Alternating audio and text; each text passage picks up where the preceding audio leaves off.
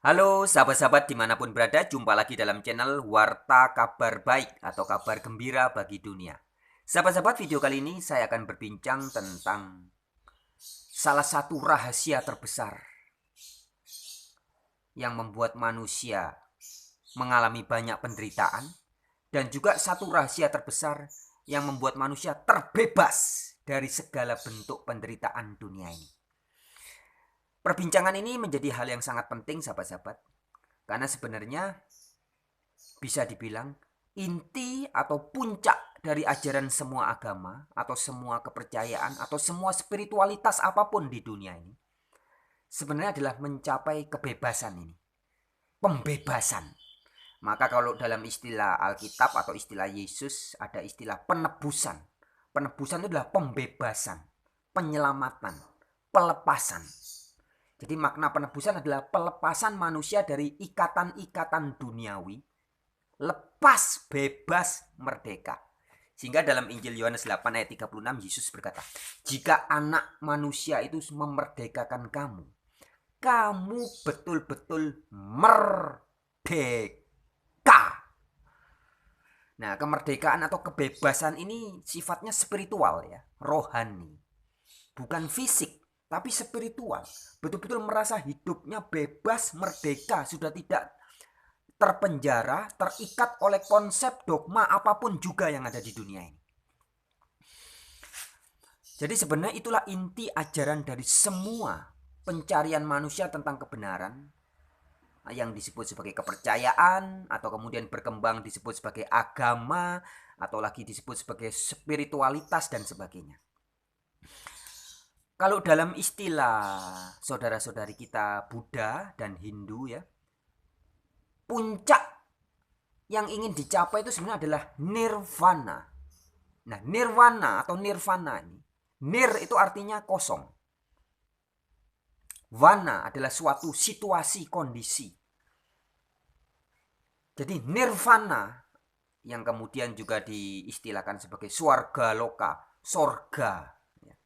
Itu sebenarnya suatu kondisi ketika kesadaran manusia berada dalam kondisi kosong. Nah, tapi bukan kosong seperti yang banyak dipikirkan oleh orang loh ya. Ini memang perbincangan yang tidak mudah. Bagi orang-orang yang belum mencapai kesadaran ini memang akan sulit. Yang dimaksud kosong itu orang kalau mikir kosong itu kan kayak kosong, tidak ada isinya gitu. Bukan begitu. Maka di dalam spiritual tertentu dikatakan kesejatian atau nirvana, tempat yang kosong itu sebenarnya isi tapi kosong. Kosong tapi isi. Nah, dulu saya waktu masih kecil saya sering mendengar orang berkata ini, isi tapi kosong, kosong tapi isi. Tapi saya nggak ngerti. Sampai pada suatu kondisi kesadaran tertentu, saya memahami, oh ternyata ini toh yang dimaksud. Dan itu adalah puncak kebebasan manusia. Di mana manusia atau orang atau jiwa yang sudah mencapai titik nirvana, titik kosong ini, titik sorga ini, titik kerajaan Allah ini, maka akan merasakan hidupnya penuh dengan berkat, nikmat, nikmat, nikmat, nikmat. Rasanya bukan sudah enak, ndak enak lagi. Sudah bukan baik, buruk lagi. Tapi melampaui. Jadi dimensi sorga atau dimensi nirwana ini berada di luar dimensi baik dan buruk. Benar dan salah. Enak dan nggak enak. Maka kalau kita pernah mendengar kata-kata beberapa filsuf mengatakan bahwa aku sudah tidak ingin surga lagi. Surga maksudnya surga seperti yang diajarkan oleh doktrin-doktrin tertentu. Mengapa? Karena orang-orang itu sudah mengalami rasanya. Nah kalau sudah mengalami rasanya masih pengen nggak? Ya jelas enggak. Kalau Anda atau kita sudah merasakan nikmatnya teh hangat dengan aromanya yang nikmat, sudah sedang menikmati teh hangat, kita masih ingin teh enggak? Tentu tidak. Ya. Jadi keinginan itu hanya muncul bagi orang-orang yang belum pernah mengalaminya. Kira-kira begitu. Sehingga para filsuf ada yang mengatakan, aku sudah tidak ingin surga lagi. Lah ya, wong sudah mengalami kok. Nah, baik sahabat-sahabat, semoga perbincangan ini bisa ditangkap ya. Karena sebenarnya ini hal yang sangat sederhana dan jelas bagi orang-orang yang sudah pernah mengalaminya. Tapi memang menjadi hal yang sulit atau perbincangan yang sulit ditangkap oleh panca indera, oleh konsep-konsep otak atau pikiran-pikiran orang yang masih terpenjara dengan banyak dogma dan doktrin yang ada di dunia ini. Ya. Kembali di awal tadi saya bilang bahwa puncak segala ajaran kepercayaan, baik yang disebut sebagai kemudian berkembang menjadi agama-agama. Itu tidak, agama itu kacau. Sebuah organisasi-organisasi bikinan manusia untuk membuat suatu keadaan yang agama, yang tidak gama, tidak kacau. Ataupun kelompok-kelompok yang menyebut diri sebagai spiritualis. Ya. Laku spiritual Jawa, spiritual Afrika dan sebagainya ya, spiritual Barat, spiritual Timur. Sebenarnya puncaknya adalah untuk mencapai kepada nirvana ini. Nir, kosong, wana, kesadaran. Artinya begini sahabatku. Saya coba sampaikan supaya mudah-mudahan ditangkap ya. Insya Allah ditangkap bagi orang-orang yang betul-betul bisa merenungi dan meresapinya. Jadi kondisi Adam dan Hawa sebelum jatuh dalam dosa, sebelum pikirannya penuh dengan kemelekatan dan kemudian tindak tanduknya melayani kemelekatan itu, melayani keinginannya yang ingin menjadi seperti Allah, yang ingin tahu benar, salah, baik, buruk dan sebagainya itu. Nah, sebelum itu Adam dan Hawa hidup dalam kedamaian. Tidak ada konsep telanjang, konsep malu, konsep takut, itu nggak ada. Ya, jadi hidup dalam kesempurnaan. Belum masuk di alam dualistik kosmik. Karena ketika Adam dan Hawa makan buah pengetahuan baik dan buruk, baru mereka bisa tahu.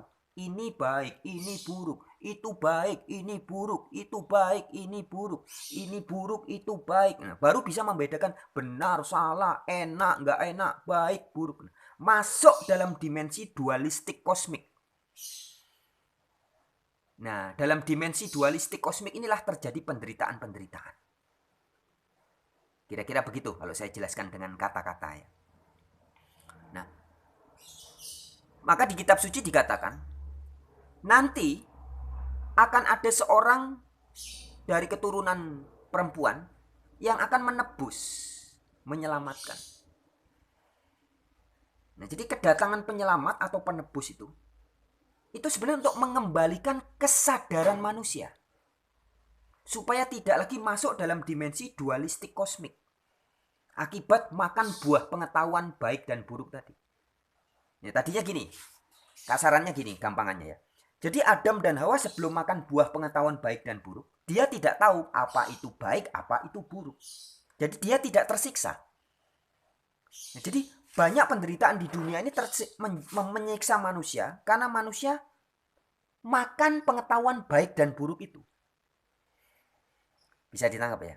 Nah, kalau Anda dan saya tidak makan pengetahuan baik dan buruk, kita tidak akan tersiksa batin ini melihat sedikit-sedikit terhakimi oleh hal-hal yang baik, terhakimi oleh hal-hal yang buruk. Nah, tersiksa.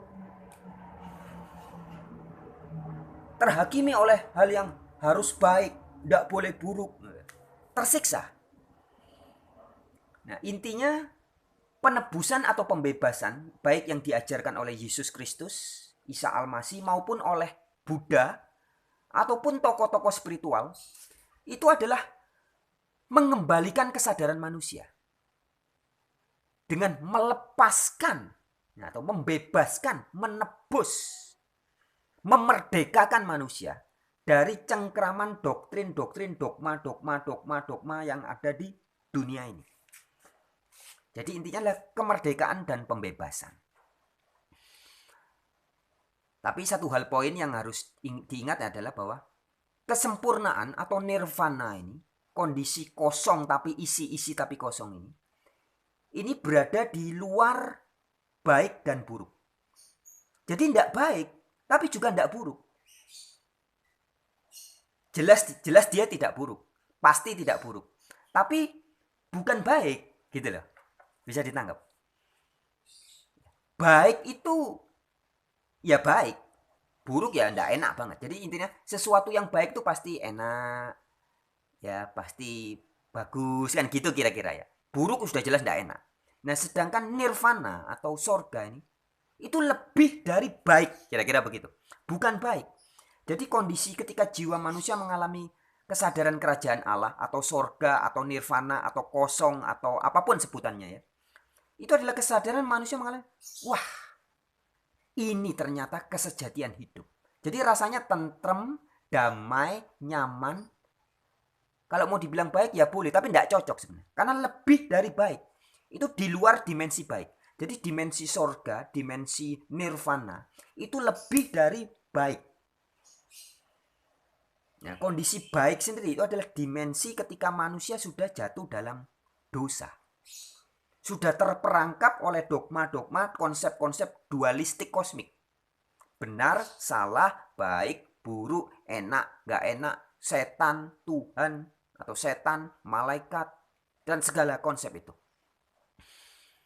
Nah, puncak pencerahan spiritual yang diajarkan oleh Isa Al-Masih atau Yesus Kristus maupun oleh agama-agama dan laku-laku spiritual lainnya sebetulnya adalah menjadi jalan supaya manusia mencapai kesadaran nirvana ini, surga ini, yaitu lepas atau bebas, merdeka dari segala doktrin-doktrin dunia. Doktrin dunia ini kalau kata Alkitab dikatakan hari-harinya jahat. Jadi semua yang dianggap baik oleh dunia kelihatannya benar, kelihatannya bagus. Sebenarnya ini jahat. Karena membuat manusia jadi melekat. Nah, inti ajaran Hindu, Buddha, dan ajaran disampaikan oleh Isa Al-Masih atau Yesus sebenarnya mengembalikan manusia untuk jangan melekat. Dibebaskan, dilepaskan. Artinya gini sahabat-sahabat. Orang yang tidak melekat atau tidak terikat atau tidak terpenjara oleh konsep dunia ini, begini misalkan, bukan seperti ajaran yang disangka oleh teman-teman Buddha ya, bahwa supaya hidup tidak melekat maka rambutnya harus selalu gundul. Jadi biksu harus hanya pakai pakaian warna oranye aja, nggak boleh pakai celana jeans, nggak boleh pakai jaket dari kulit dan sebagainya. Bukan begitu. Ya, itu justru melekat. Teman-teman kita para biksu yang merasa bisa ketemu kesejatian dengan cara rambut harus gundul. Berarti dia melekat dengan konsep rambut harus gundul. Sehingga ketika punya rambut jadi masalah. Nah, sebenarnya orang yang tidak melekat tuh begini. Saya punya rambut panjang tidak apa-apa. Gundul ya enggak apa-apa.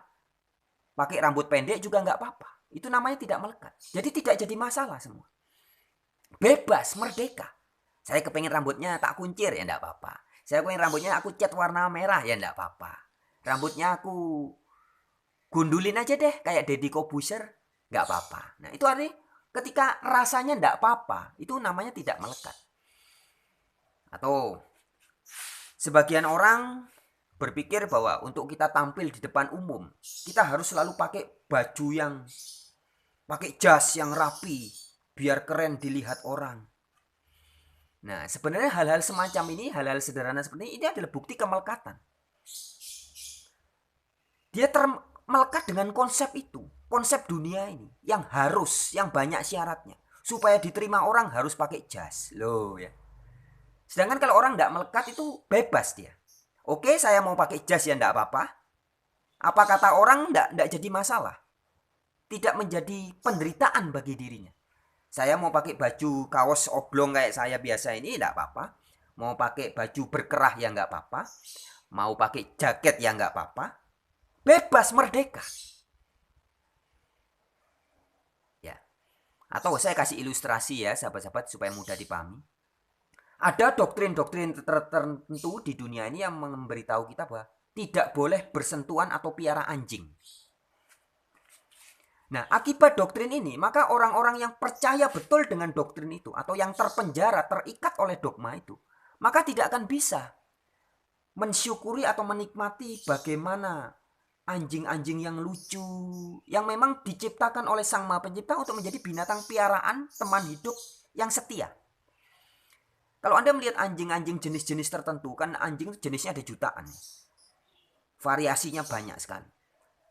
Anda bisa menyadari bahwa itu memang diciptakan untuk menjadi teman manusia, untuk disayang-sayang, untuk bermain-main. Dan rasanya kalau kita bermain dengan anjing, dengan binatang yang lucu-lucu itu nikmat sekali.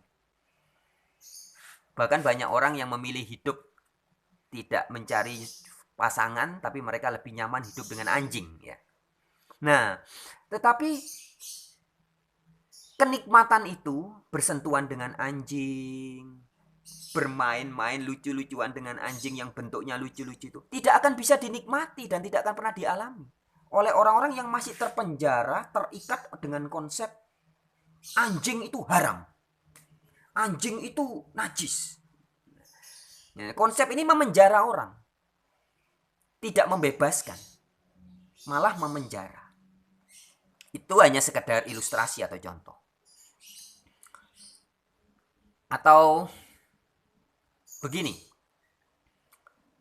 banyak orang kadang berpikir bahwa untuk menjadi bahagia harus punya suami, bagi yang wanita, ya. Suami yang laki juga gitu, untuk bahagia harus punya istri. Nah, konsep harus punya ini bisa membuat orang terpenjara, tersiksa batinnya, bahkan menjadi penderitaan. Karena bahagianya ditentukan oleh orang lain. Dan bentuknya orang lain harus istri atau harus suami. Nah, sebenarnya hal-hal seperti inilah, hal-hal dalam kehidupan sehari-hari seperti itulah yang mau dibebaskan oleh semua ajaran spiritualitas dan juga ajaran Isa Al-Masih atau Yesus Kristus. Pembebasan, penebusan, memerdekakan. Nah, sahabat-sahabatku, jadi kemerdekaan atau kebebasan itu dirasanya, ya. Jika Anda dan saya hari ini betul-betul merasa bebas, merdeka, tidak terikat oleh apapun juga, oleh doktrin, dogma apapun juga, oleh konsep-konsep manusia apapun juga, oleh aturan-aturan manusia apapun juga. Bebas rasanya, bebas itu dirasanya, ya. Nah, maka Anda dan saya sudah mencapai suatu titik kesadaran nirvana. Nir itu kosong. Vana itu tempat atau kondisi atau situasi kesadaran kita kosong. Nah, ketika kesadaran itu sudah vana, sudah kosong, maka hati dan pikiran kita dalam memahami segala fenomena kehidupan ini akan berubah total. Hidup ini akan terasa indah, nikmat. Nah, itulah yang disebut sebagai sorga. Jadi kerajaan Allah di Alkitab dikatakan kerajaan Allah itu bukan soal materi, makanan, materi, harta, bukan. Tapi tentang kesadaran. Nah, jadi ketika kesadaran kita sudah berubah, sudah masuk dalam kondisi ning, kosong, maka semuanya ini kan isi, ya. Di jagat raya ini kan banyak barang-barang, materi, benda, ada isinya. Tapi dengan kesadaran kosong, kita bisa menikmati semua isinya ini. Isi tapi kosong, kosong tapi isi. Nah, itulah yang disebut sebagai nirvana. Nir artinya kosong, vana kondisi kesadaran. Nah, jadi sahabat-sahabatku, ini adalah perbincangan yang memang tidak terlalu mudah, ya, bagi orang-orang yang belum pernah mengalami. Tapi dengan mengikuti atau menghayati video-video berikutnya yang mungkin nanti saya bagikan, insya Allah, ya, teman-teman juga bisa menangkapnya, pesan yang saya sampaikan, ya, bahwa sungguh surga, nirwana itu nyata dan itu berada dalam dimensi kesadaran manusia. Bukan sebuah bukan suatu tempat yang physically, bukan, ya, tapi suatu kondisi kesadaran. Baik sahabat-sahabat, sekian dulu video kali ini. Kita lanjutkan di video-video yang lain. Salam dari saya, wartawan kabar baik. Meskipun namanya Injil, ya, tapi Injil itu tidak selalu bermakna ada hubungannya dengan agama Kristen, bukan. Tapi Injil adalah kabar baik. Bentuknya bisa apa saja, karena Roh Kudus berkarya tanpa batas. Roh Kudus bisa berkarya tanpa batas. Dan Roh Kudus bisa menjamah siapapun juga tanpa batas. Apapun profesi Anda, apapun agama Anda, tidak pengaruh. Roh Kudus bisa berkarya tanpa batas karena Roh Kudus bekerja tak terbatas. Ya. Apakah seorang pelacur, seorang penjahat, seorang pendeta, seorang ulama, seorang ustadz, seorang presiden, seorang tentara, siapapun bisa dijamah Roh Kudus karena Roh Kudus berkarya tidak terbatas. Sampai jumpa di video yang lain. Salam dari saya.